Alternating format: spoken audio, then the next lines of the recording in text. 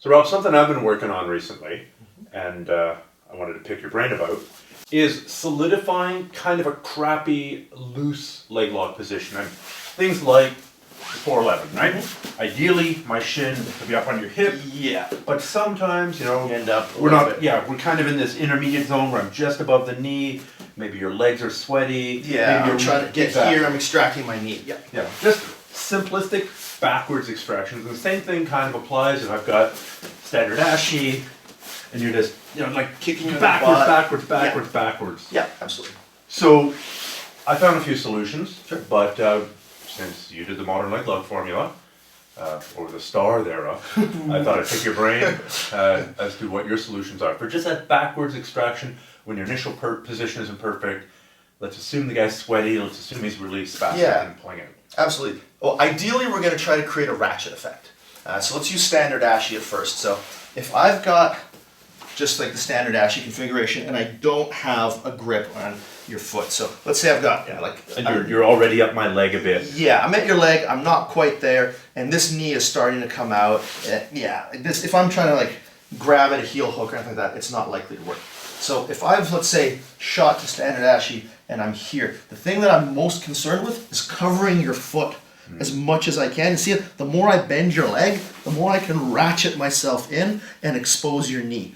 So if your leg starts to come straight again, I'm going to dive back over it and place my elbow on top of it. And now as you start to try to extract, I'm bending it. And once I've created that ratchet, you're not going to slide it straight out because it's not straight. Yeah. I mean, so if you just sit up here, what I'm feeling, and this is similar to what I was playing with, by putting this leg here, I can no longer pull my own calf through my your thigh. body. Yeah, exactly. So that's the principle that you want to employ. Right. So here we are in, say, 411. Yes. So we're here. Yeah. But I didn't. I'm starting to try to extract. Yeah. This kind of thing. So I want to bend. Exactly. This. Yep. So now you can no longer pull. Yeah. If I'm trying to pull, there's no way that my calf is going through your thigh. Right. And then I try and get deeper. The deeper the better. Depth over width. And then we're here. Yes. And now, if I'm doing it properly, you should be able to hold the position properly. Okay. Yeah. So that's the first method. The other method is gripping the knee. So if I'm in a situation where, again, if we use standard ashi as the example, where I've lost the foot, you started to pull your leg out, I'm going to try to grip your knee. Sometimes I'll be able to grip over top. Oftentimes I'll have to grip over top and behind. Okay. So if you try to straighten your leg out and pull out now, I'm just gripping onto it and sucking my hip back in. So I might be here, maybe I've lost the position on your hip, right? You start to pull your knee out, grip, and I've sat up. And I've brought my my chest on top. Right. So now, I'm not so much trying to control your knee, although I am. It's more that I'm controlling the bottom of your leg. And so now, even without the grip on your knee, if you try to pull out now, I'm attached to the bottom. So you notice how every time you pull, you bend your leg more, and you suck me back into the position. So this grip behind the calf and my rib cage bending over my thigh. It's a really powerful wedge. The same thing would apply to other leg lock positions. Not just leg lock positions, if you'll permit me to show you with the arm bar. Sure.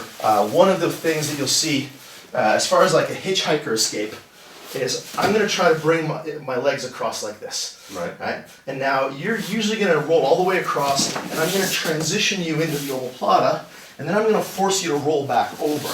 And as you do, I'm going to bring my rib cage against your wrist or forearm. Let's turn here so they can see. So it's kind of a ratchet effect. Exactly. I can't pull my forearm through your thigh. It's the exact same thing. I'm going to go like this, and I'm going to have my hand on your elbow and on your triceps, and I'm just going to lean. And then you're going to try to pull your arm out or move it in any direction. As long as I'm leaning here, I'm good. If I take this away, now all of a sudden, exactly. So I'm creating that ratchet effect with my body. Additionally, I'm going to try to place my elbow on top of your wrist. So I'm kind of key locking you to prevent, not really, but just creating that same external rotation. And then I just lay my body across here. And it's enough to get my attention, like, is he going to key lock me? Exactly. I don't think the answer is yes, but... But one thing you can't do is extract your elbow. Exactly. And so I'll use that to suck my hip back in and attempt to finish on the armbar. Okay. So the principle is the same. We're just creating an attachment with our rib cage towards our thigh like this, and some kind of grip, you know, again, it can be the knee, it can be behind the knee, it can be the elbow, it can be the tricep. You're gonna find that, it's situational, but anytime someone's extracting a limb, if you are able to lean on your thigh, you're gonna be able to trap it quite substantially and then pull yourself back in. So if we're talking about the 411 position, let's say that you start to pull that knee out, if I can get here and just trap your leg.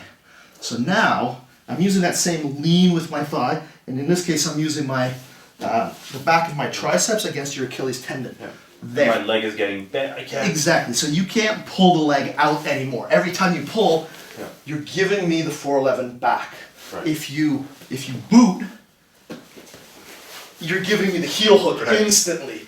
Right? So yeah, like I said, it's not just a leg lock thing, it's a general principle of folding over your thigh and then using your arms somehow to trap the lower part of the limb rather than worrying about the knee and above. Okay, so now one final variation of this is when they're just pulling the leg out, but then they're also pushing the knee out. Does that change anything? So say we're in the 411. Yeah. Say it's not as deep as you would like. Yeah, so we're here kind of, yeah. And I'm beginning to push. Yeah, I would just still the right- do this exact same thing. Okay. I would still try to lean my rib cage towards my thigh and even like double up here. So I don't really care. I can take my leg out.